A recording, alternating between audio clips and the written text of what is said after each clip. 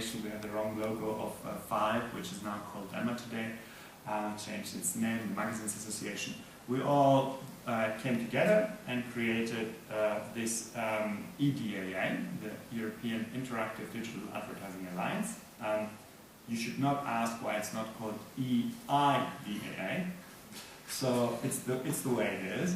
And our president, Alain Reux, is its chair. And this new body that we created, representing all the different sectors, is really the key body now to bring the program, to push the program forward and be the single key body in Brussels that is going to make the operation of the OBA self-regulatory program work. This is about key obligations of the code, but I think you heard that all, so I don't want to duplicate here the presentation.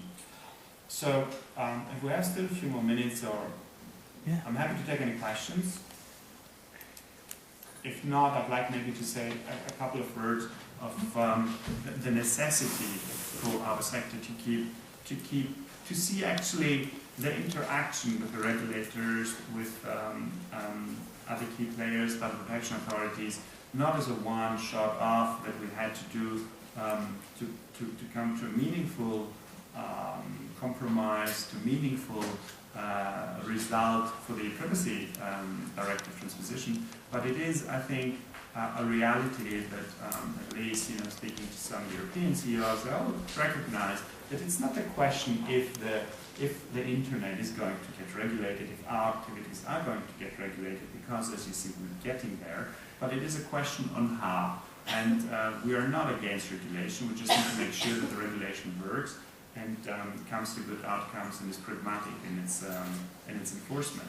And the important thing is, I think, for you all to also early start looking at what this draft regulation will bring. The Data Protection Directive has been reviewed. It is about to be reviewed. We saw the Commission published a draft, and this draft will bring major changes, and there are a lot of uncertainties as well. I mean, there's one good thing, and I think particularly for the Spanish market, you will see a harmonization. And I think also somehow we will see a harmonization on enforcement, because I believe that the Spanish market is subject to an enforcement by the agency which is very tough. And we see in other countries where some authorities like to speak about all these issues and do policy, but they don't necessarily enforce the law. And at the end of the day, I believe the law is there to be enforced. And so there might be, you might see a level playing field. That suddenly, if you're active in Spain and you keep to the law, your competitor in another country has to do the same thing. So that's the one good thing about the draft regulation. But there are a lot of uncertainties, and there is an expansion of what we call personal data today, the definition.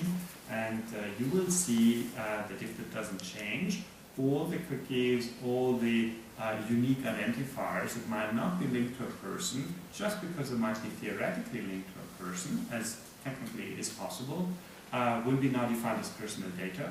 And that means that you will not be able to do a lot of the activities you do today.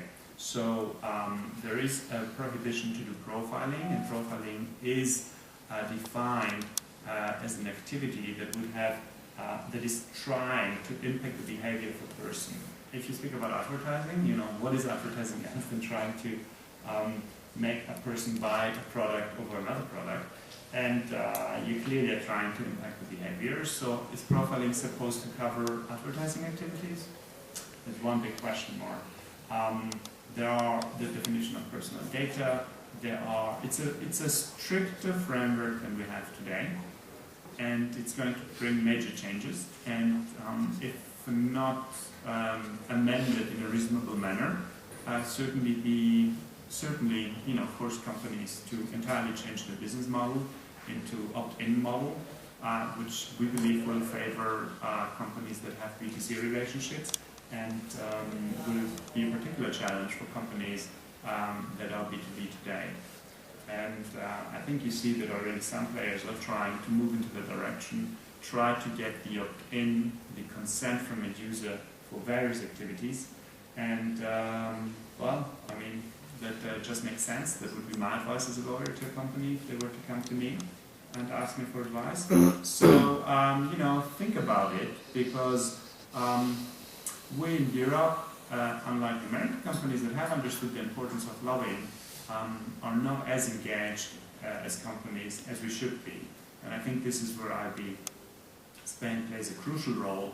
But I always say to the company, it's not really just up to the association, because an association is representing the sector as such. You need to be involved yourself early on, because IAB cannot actually, IAB Spain is not and shouldn't be in a position to develop Plan B and Plan C strategies for each individual business model. We can't do that. So this is really up to you, and this is why it's very, very important that each of you is getting involved in this regulatory debate. This is just a very high-level overview why a word of trying to get people more involved.